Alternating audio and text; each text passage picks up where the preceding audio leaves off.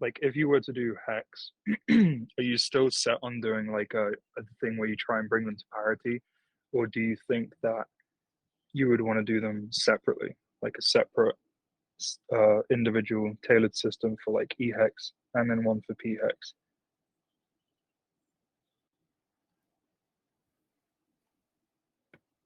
That one, Hex in general is a very sophisticated and important token ecosystem. It's essentially one of the daddies that I want to eventually get to for sure. Now, before I would even move to build on it, we would need we'd essentially need the a vast majority of the Hexkin community to be embracing us. And Yeah. right now, I don't think we're even close. So, like, it would be preemptive to do anything in the near future. We would also want to see, if Alex does come out with a V2 icosahedron, that would play a big part. We'd need to see what kind of mechanics are being built around that ecosystem.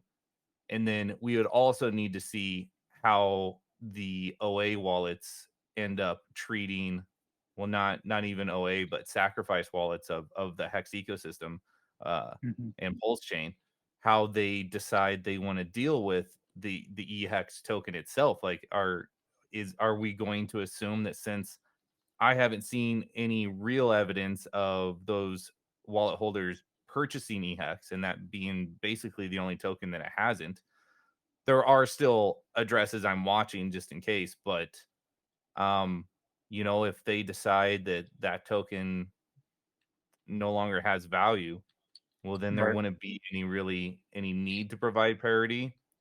Although the other side of me wants to say there are lots of Hexkins who still believe in EHEX, and I don't think they're wrong in believing in it. And it would be cool to build on a token that gets them excited too. Like, is that a way that we can bring in both sides of the Hex community, the P Hex maximalists and the E Hex, let's call it sympathizers?